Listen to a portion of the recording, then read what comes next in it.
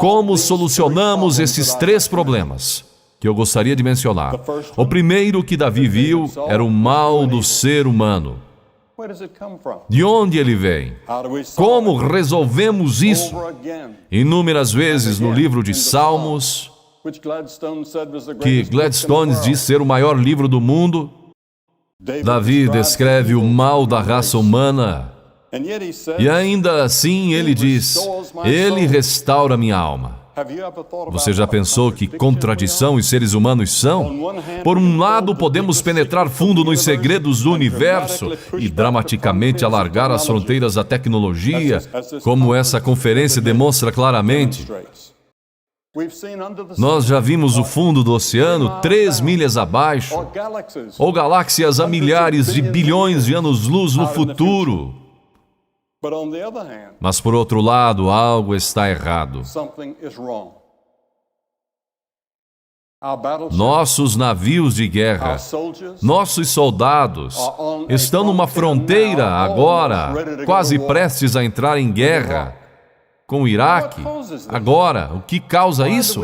Porque temos essas guerras a cada geração e em toda parte do mundo, e revoluções. Não conseguimos nos dar bem com as outras pessoas. Nos achamos paralisados nas garras de hábitos autodestruidores que não podemos quebrar.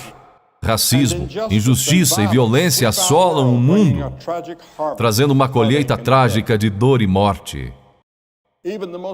Mesmo os mais sofisticados entre nós parecem impotentes para quebrar esse círculo. Eu gostaria de ver a Oracle solucionar isso.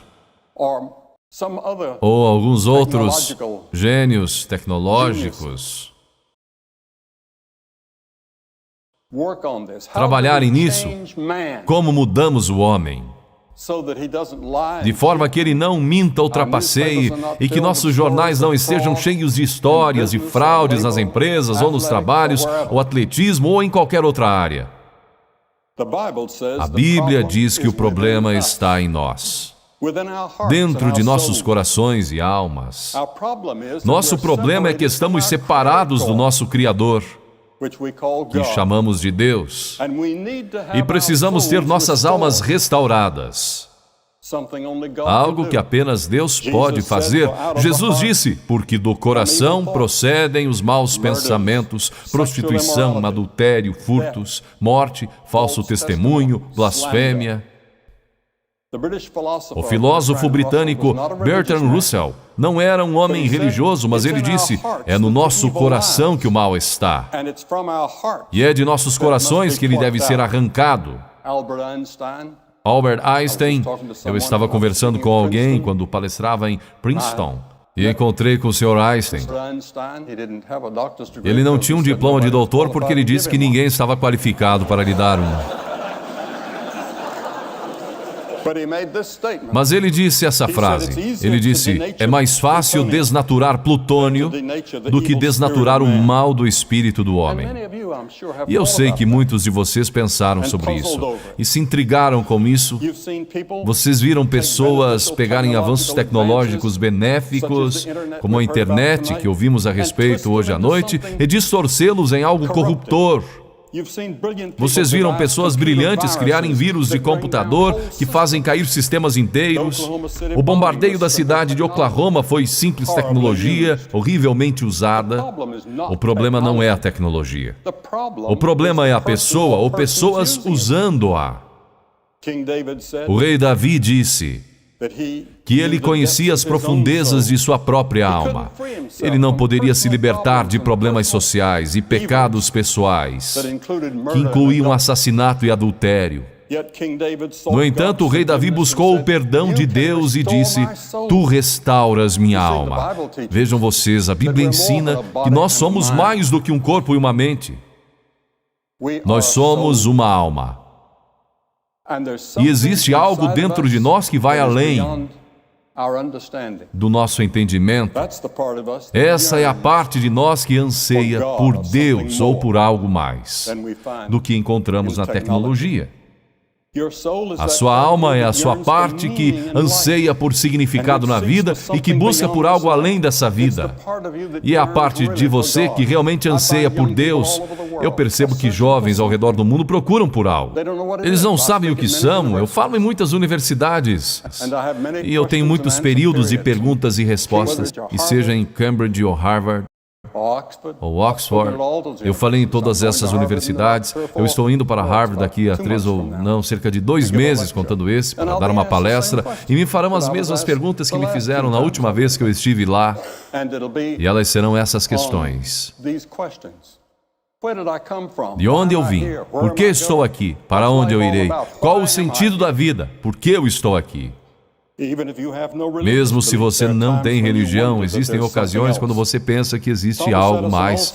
Thomas Edison também disse, quando você vê tudo o que acontece no mundo da ciência e no funcionamento do universo, você não pode negar que existe um comandante na ponte. Eu lembro uma vez, me sentei ao lado da senhora Gorbachev, num jantar na Casa Branca, e fui até o embaixador Dobrynin, quem eu conheço muito bem. Eu estive na Rússia por várias vezes durante o comunismo. Eles me deram uma liberdade maravilhosa que eu não esperava.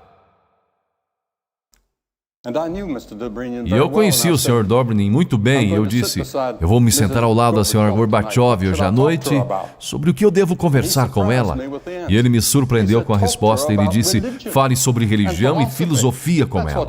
Isso é no que ela está realmente interessada. Eu estava um pouco surpreso, mas naquela noite foi sobre o que conversamos. E foi uma conversa estimulante. E depois ela disse, o Senhor sabe, eu sou uma ateia, mas eu sei que existe algo lá em cima maior do que nós. O segundo problema que o rei Davi percebeu que ele não podia resolver era o problema do sofrimento humano. O escritor do livro mais antigo do mundo foi Jó. E ele disse, mas o homem nasce para a tribulação como as faíscas se levantam para voar. Sim, certamente a ciência fez muito para retardar certos tipos de sofrimentos humanos, mas eu, em poucos meses, terei 80 anos de idade. Eu admito que sou grato por todos os avanços médicos que me mantiveram com saúde relativamente boa todos esses anos. Meus médicos na clínica Mayo me desencorajaram a vir nesta viagem para estar aqui. Eu não dou uma palestra há quase 4 meses. E quando você fala tanto quanto eu, de 3 a 4 vezes por dia, você fica enferrujado. É por isso que eu estou usando este palanque e usando essas notas. Toda vez que vocês me ouvem na televisão ou em algum lugar, eu estou improvisando. Eu não estou lendo, eu nunca leio um pronunciamento. Eu nunca leio um discurso, uma fala ou uma palestra.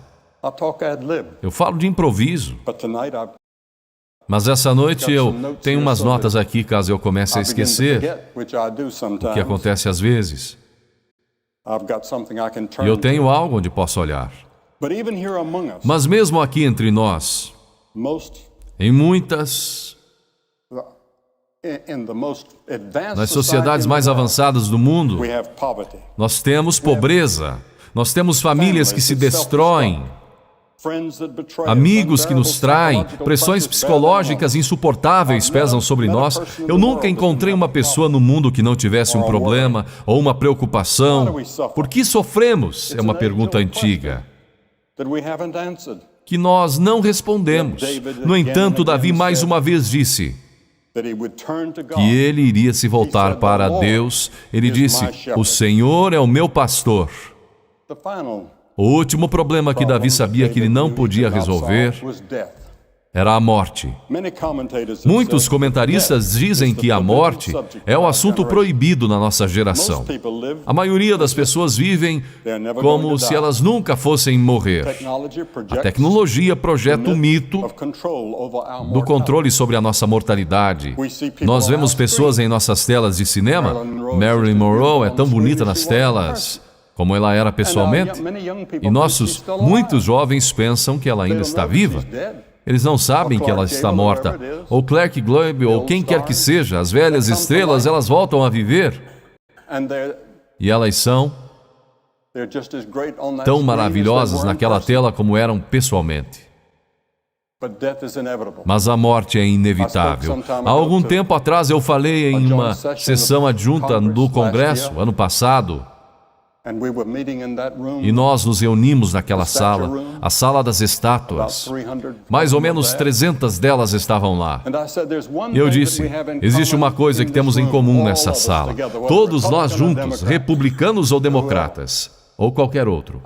Eu disse, todos nós iremos morrer. E nós temos isso em comum com esses grandes homens do passado que estão nos olhando do alto. E é frequentemente difícil para os jovens entender isso. É difícil para eles entenderem que eles irão morrer. Assim como o escritor do livro de Eclesiastes escreveu, ele disse, há tempo para todo o propósito debaixo do céu, há tempo de nascer e tempo de morrer. E eu estive junto ao leito da morte de muitas pessoas famosas, as quais vocês reconheceriam. Eu falei com elas. Eu as visitei em seus momentos de agonia, quando elas estavam morrendo de medo. No entanto, alguns anos antes, a morte nunca havia passado pelas suas cabeças. Eu falei com uma mulher semana passada, cujo pai era um médico famoso. Ela disse que ele nunca pensava em Deus, nunca falava sobre Deus e não acreditava em Deus, ele era ateu. Mas ele disse, quando ele estava para morrer, ele sentou-se do lado da cama um dia e perguntou à enfermeira se ele poderia ver o capelão. E pela primeira vez na vida dele, ele disse que ele iria pensar no inevitável e sobre Deus. Existiria um Deus? Há alguns anos atrás, um estudante universitário me perguntou, qual é a maior surpresa da sua vida? Eu disse, a maior surpresa da minha vida é a brevidade da vida. Ela passa tão rápido. Mas não precisa ter que ser dessa maneira. Wernher von Braun, após o término da Segunda Guerra Mundial, concluiu, a ciência e a religião não são antagônicas. Pelo contrário, elas são irmãs. Ele colocou isso a nível social. Eu conhecia bem o Dr. Von. E ele disse, falando por mim mesmo, eu posso apenas dizer que a grandiosidade do cosmos serve apenas para confirmar uma crença na certeza de um Criador. Ele também disse, em nossa busca para conhecer a Deus, eu vim a crer que a vida de Jesus Cristo deve ser o foco de nossos esforços e inspiração. A realidade dessa vida e da ressurreição dele é a esperança da humanidade. Eu falei várias vezes na Alemanha, na França e em diferentes partes do mundo. 105 países onde tive o privilégio de falar. E um dia me convidaram para visitar o chanceler Adenauer, que era visto como um fundador da Alemanha moderna,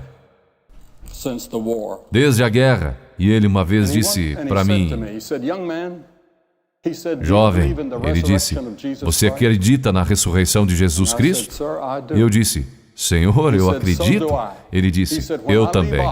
Ele disse, quando eu der baixa, eu vou gastar meu tempo escrevendo um livro sobre por que Jesus Cristo ressuscitou e por que é tão importante acreditar nisso. Em uma de suas peças, Alexander Solzhenitsyn descreve um homem morrendo que diz para aqueles reunidos ao redor da sua cama, o momento que é terrível para sentir arrependimento é quando alguém está morrendo. Como alguém deve viver para que não tenha arrependimento na hora da morte? Blaise Pascal fez exatamente essa pergunta na França no século XVII. Pascal foi chamado de arquiteto da civilização moderna. Ele era um cientista brilhante, nas fronteiras da matemática, mesmo quando adolescente. Ele é visto por muitos como o fundador da teoria da probabilidade e o criador do primeiro modelo de um computador. E é claro que todos vocês estão familiarizados com a linguagem do computador que leva o nome dele. Pascal explorou em profundidade nossos dilemas humanos, do mal, sofrimento e morte. Ele estava espantado com o fenômeno que temos considerado, que as pessoas podem alcançar graus extraordinários na ciência, artes e empreendimentos humanos, e ao mesmo tempo estão cheias de raiva, hipocrisia e têm ódio de si mesmas. Pascal nos via como uma mistura impressionante de gênio e engano próprio. Em 23 de novembro de 1654, Pascal teve uma experiência religiosa profunda. Ele escreveu essas palavras no seu diário: "Eu me submeto completamente a Jesus Cristo, meu Redentor." Um historiador francês disse, 2 séculos mais tarde, raramente um intelecto tão grande se submeteu com tanta humildade à autoridade de Jesus Cristo. Pascal veio a crer não somente que o amor e a graça de Deus podiam nos trazer de volta a harmonia, mas ele creu que seus pecados e falhas poderiam ser perdoados e que quando ele morresse, ele iria para um lugar chamado céu. Ele experimentou isso de uma maneira que foi além da observação científica e da razão. Foi ele que criou o tão conhecido ditado: "O coração tem razões que a própria razão desconhece." Igualmente bem conhecida é a aposta de Pascal. Essencialmente ele disse isso: se você aposta em Deus e se abre para o seu amor, não terá perdido nada, mesmo se estiver errado. Mas se você apostar que Deus não existe, então você pode perder tudo nesta vida e na vida por vir. Para Pascal, conhecimento científico se empalidecia diante do conhecimento de Deus. O conhecimento de Deus ia muito além que qualquer coisa que passara pela mente dele. Ele estava pronto para encontrar Deus quando ele morreu com 39 anos. O rei Davi viveu até aos 70 anos, um longo tempo na sua era. Mas ele também teve que encarar a morte, e ele descreveu essas palavras: "Ainda que eu andasse pelo vale da sombra da morte, não temerei mal algum, porque tu estás comigo." Essa foi a resposta de Davi para os 3 dilemas: do mal, sofrimento e morte. Esta pode ser a sua também, quando você busca o Deus vivo e permite que Ele preencha a sua vida e lhe dá esperança para o futuro. Quando eu tinha 17 anos de idade, eu fui nascido e educado numa fazenda da Carolina do Norte. Eu ordenhava vacas toda manhã e tinha que ordenar as mesmas vacas todas as noites quando eu chegava da escola.